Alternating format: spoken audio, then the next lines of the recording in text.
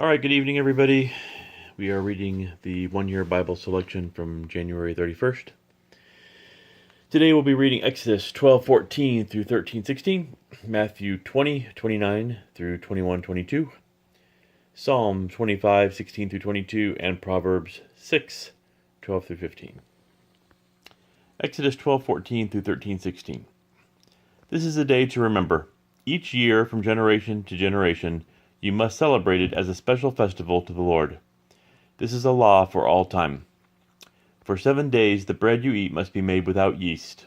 On the first day of the festival, remove every trace of yeast from your homes.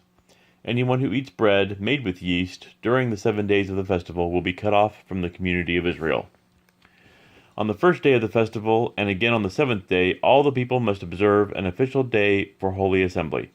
No work of any kind may be done on these days except in the preparation of food. Celebrate this festival of unleavened bread, for it will remind you that I brought your forces out of the land of Egypt on this very day. This festival will be a permanent law for you. Celebrate this day from generation to generation. The bread you eat must be made without yeast from the evening of the 14th day of the first month until the evening of the 21st day of that month. During those 7 days, there must be no trace of yeast in your homes. Anyone who eats anything made with yeast during this week will be cut off from the community of Israel. These regulations apply both to the foreigners living among you and to the native-born Israelites. During those days you must not eat anything made with yeast. Wherever you live, eat only bread made without yeast. Then Moses called all the elders of Israel together and said to them, Go, pick out a lamb or young goat for each of your families and slaughter the Passover animal. Drain the blood into a basin. Then take a bundle of hyssop branches and dip it into the blood. Brush the hyssop across the top and sides of the door frames of your houses, and no one may go out through the door until morning. For the Lord will pass through the land to strike down the Egyptians. But when he sees the blood on the top and sides of the door frame, the Lord will pass over your home. He will not permit his death angel to enter your house and strike you down. Remember, these instructions are a permanent law that you and your descendants must observe forever. When you enter the land the Lord has promised to give you, you will continue to observe this ceremony. Then your children will ask, What does this ceremony mean? And you will reply, It is the Passover sacrifice to the Lord, for he passed over the houses of the Israelites in Egypt, and though he struck the Egyptians, he spared our families. When Moses had finished speaking, all the people bowed down to the ground and worshipped. So the people of Israel did just as the Lord had commanded through Moses and Aaron. And that night at midnight the Lord struck down all the firstborn sons in the land of Egypt, from the firstborn son of Pharaoh who sat on his throne to the firstborn son of the prisoner in the dungeon. Even the firstborn of their livestock were killed. Pharaoh and all his officials and all the people of Egypt woke up during the night, and loud wailing was heard throughout the land of Egypt. There was not a single house where someone had not died.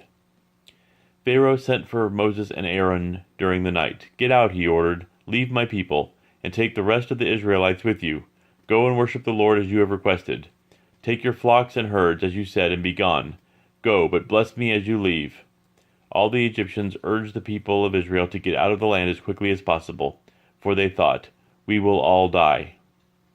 The Israelites took their bread dough before yeast was added.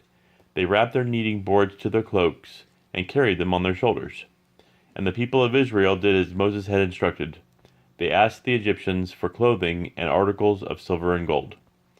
The Lord caused the Egyptians to look favorably on the Israelites, and they gave the Israelites whatever they asked for. So they stripped the Egyptians of their wealth.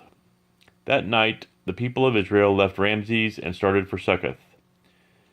There were about 600,000 men, plus all the women and children.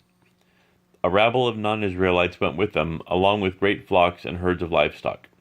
For bread, they baked flat cakes from the dough without yeast they had brought from Egypt.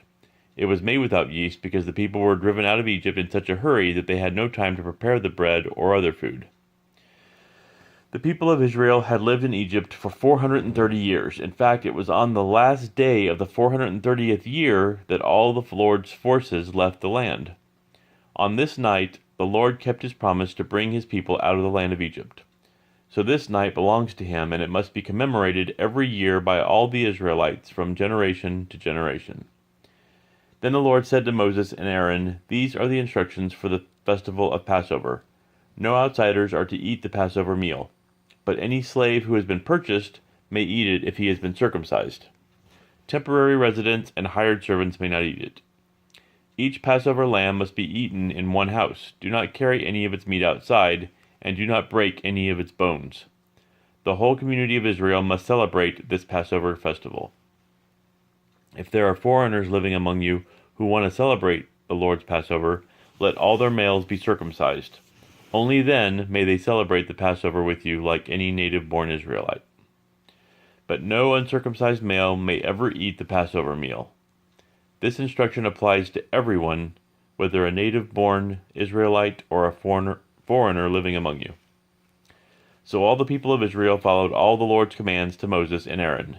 On that very day the Lord brought the people of Israel out of the land of Egypt like an army. Then the Lord said to Moses, "Dedicate to me every firstborn among the Israelites. The first offspring to be born of both humans and animals belongs to me." So Moses said to the people, "This is a day to remember forever, the day you left Egypt, the place of your slavery. Today the Lord has brought you out by the power of his mighty hand. Remember, eat no food containing yeast. On this day, in early spring, in the month of Abib, you have been set free. You must celebrate this event in this month each year after the Lord brings you into the land of Canaanites, Hittites, Amorites, Hivites, and Jebusites. He swore to your ancestors that he would give you this land, a land flowing with milk and honey. For 7 days the bread you eat must be made without yeast. Then on the 7th day celebrate a feast to the Lord. Eat bread without yeast during those 7 days. In fact, there must be no yeast bread or any yeast at all found within the borders of your land during this time. On the 7th day you must explain to your children, 'I am celebrating what the Lord did for me when I left Egypt.' This annual festival will be a visible sign to you, like a mark branded on your hand or your forehead. Let it remind you always to recite this teaching of the Lord. With a strong hand the Lord rescued you from Egypt. So observe the decree of this festival at the appointed time each year. This is what you must do when the Lord fulfills the promise he swore to you and to your ancestors. When he gives you the land where the Canaanites now live, you must present all firstborn sons and firstborn male animals to the Lord, for they belong to him. A firstborn donkey may be bought back from the Lord by presenting a lamb or young goat in its place. But if you do not buy it back, you must break its neck. However, you must buy back every firstborn son. And in the future, your children will ask you, 'What does this all mean?' Then you will tell them, 'With the power of his mighty hand, the Lord brought us out of Egypt, the place of our slavery. Pharaoh stubbornly refused to let us go, so the Lord killed all the firstborn males throughout the land of Egypt, both people and animals. That is why I now sacrifice all the firstborn males to the Lord, except that the firstborn sons are always bought back. This ceremony will be like a mark branded on your hand or your forehead. It is a reminder that the power of the Lord's mighty hand brought us out of Egypt."